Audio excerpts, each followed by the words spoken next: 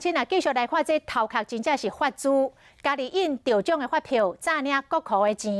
，3年来领超过1500万，是因为有共一个人得10外张的发票，国税局发现无正常，代志才来逼空。这些都是对过的，对，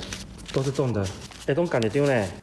这将近30张的发票，号码完全共款，嫌犯就是利用这变质发票，诈领统一发票奖金。安尼得偌济3号得200，818嘛吼，200。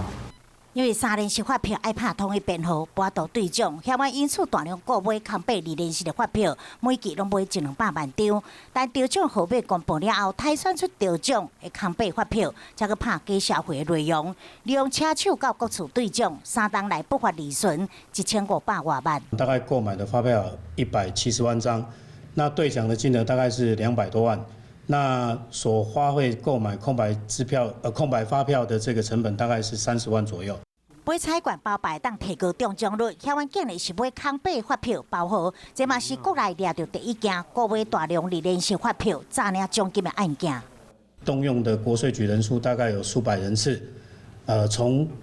兑奖的发票中去一一比对出有异常提领的发票。 嫌犯虚设7个公司行号，每次拢只有用细笔金额变做发票兑奖，曾经有车手一届就摕10外张的发票来兑奖，引起国税局的注意，几个案件才被控。